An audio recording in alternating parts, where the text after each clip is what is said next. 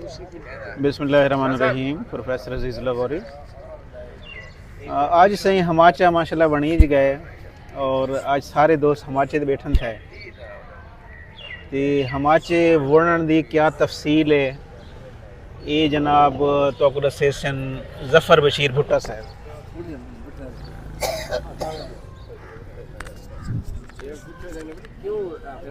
शुक्रिया सही गौरी साहब। अस्सलाम वालेकुम तमाम दोस्तों का शुक्रिया सर। ये माचा गौरी साहब हर 2 साल बाद टुट वेंदे वाणी दा और हर 2 साल बाद ही बनी दे। तमाम दोस्त इतना बांधन तमाम दोस्तों का शुक्रिया और ये महफिल आबाद रामन थोड़ी मेहरबानी है कि तुसा दोस्तों दी वीलाग बने दो और साढ़े बहुत सारे सीनियर दोस्त ही बैठन। शुक्र है अल्हम्दुलिल्लाह ये एजाज़ हासिल है कि साको ये सारा असली डॉक्टर महमूद को इमरान महमूद सारा यूके अमेरिका तो वापस अमेरिका यूएसए को वापसी वाला ऐसा वेलकम आते हैं। इमरान भाई वेलकम वेलकम बैक।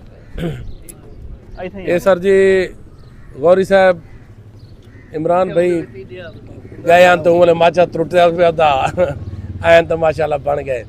सही तमाम दोस्तों का शुक्रिया और थोड़ी में डिटेल लसेसो इन बारे थोड़ा दस छोड़ सर ना डिटेल नहीं बस माचा बुनीज गए बस शुक्र है अल्हम्दुलिल्लाह करो ताकि उनकी वैल्यू हमारे दी वधे। थोड़ी डिटेल सर माचा बुनीज के बस काफी है डिटेल नहीं दी वेंदी। कहीं को असा जवाब दे दे कोई हिसाब दियो असा। बहरहाल शुक्र है अल्हम्दुलिल्लाह सर माशाल्लाह।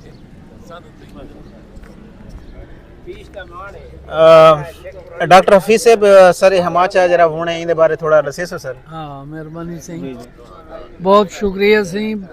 माचा आज नवा माचा बने आज पहला इतवार है सारे दोस्त इकट्ठे हैं माची ने रौनक वापस आ गए। भुट्टा साहब दे इंतहाई मशहूर है उन्हें दी मेहनत उन्हें दी लगन नाल माचा वाला बनी गए रौनक बहाल थी गए। अल्लाह ताला इन्हें को खुश रखे।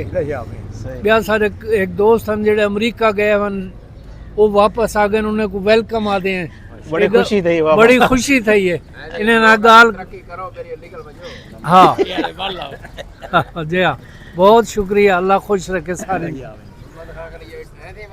अच्छा डॉक्टर साहब तो वापस मुस्तकिल आ गए या क्या ऐसे थोड़ा दसो जाए वापसी थी। अच्छा बड़ी खुशी थी माचा नवा थी आपे जी सारी पुराने यादें बड़ा ताजा थी गए। अच्छा इंशाल्लाह बड़ा रौनक बहाल है कायम दायम है ना माशाल्लाह से माशाल्लाह। अच्छा सारे को सही आज हमारे दोते माशाल्लाह मोहतरम शमशेर मरगानी साहब दे छोटे भाई वो भी माशाल्लाह doctor and PhD doctor in Denmark they which scientist हैं माशाल्लाह। Sir welcome sir. ये थोड़ा जी दसेसो सर अपने बारे किथा होंदे ये तो महफिल थोड़ा जी जी अस्सलाम वालेकुम।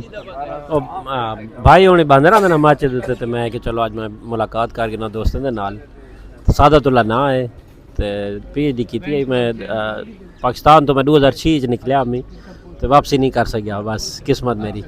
ते बस चक्कर लगता रहे टाइम टू टाइम ना जे हमाचा बिल्कुल देता रहे ना और लोगों को देता हमाचे दी महफिल मैं आजकल फेसबुक जी मेरे गौरी साहब बड़े पे होना ना तो मैं अक्सर नज़र तो गुजरते मेरा वो अच्छा लगता है बंदे को क्योंकि बचपन सारा मेरा खैबान है गुजरे तो यही वजह नाल एक ताल्लुक है पिया भुट्टा साहब को देते रह गए सारी लाइफ।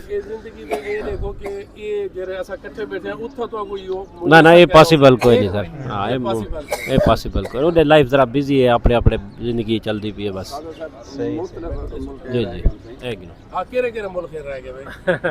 मुल्क सर मैं चाइना गया मैं तो कलो मास्टर्स करा वाला मैं जर्मनी लगा गया पीएचडी की थी वाला मैं यूएसए गया मैं वाला कोरिया गया वाला चाइना गया वाला डेनमार्क गया तो आजकल मैं वैसे पुर्तगाल में एक 2 महीने वाला यूएसए में आधे बहन मैं पाकिस्तानी काफ़ी ज़्यादा है पुर्तगाल एक नो डाउट लेकिन मैं गरीब आदमी है गरीब नाल उठता बाना मैं को नहीं पता अमीर लोग कितना उठते बाना बस माशाल्लाह। Thank you very much sir thank you. Gauri साहब उन्हें दोस्तों का ना गिदे बगैर भी महफिल अधूरी है। जी जी सोहेल अख्तर साहब उन्हीं दी और मलिक यूसुफ साहब होनी दी हमेशा बानियन सोहेल अख्तर साहब और मलिक यूसुफ जुबैर अली डॉक्टर राशिद खान कुरैशी साहब उन्हें राशिद कुरैशी साहब होनी उन्हें मुहब्बत सां नाल होंदन पे अज उन्हें आमना असा को असा उन्हें को क्योंकि कासिम कुरैशी साहब दे बेटे न असा उन्हें को दावा दी कि माचा सारा इो थी गए और साढ़े इतना चाह किते तशरीफ गनो आज मसरूफियात की वजह को नहीं आ सके। बहरहाल उन तमाम दोस्तों का शुक्रिया सर, शुक्रिया सोहेल अख्तर, शुक्रिया मलिक यूसुफ, जुबैर अली खान, सारे दोस्तों का शुक्रिया सर। थोड़ी मुहब्बतें दे मकरूज ही से असां सारे दोस्तें दे। Thank you sir, thank you very much. सारे दोस्तों का बहुत शुक्रिया सही, थैंक्स अ लॉट।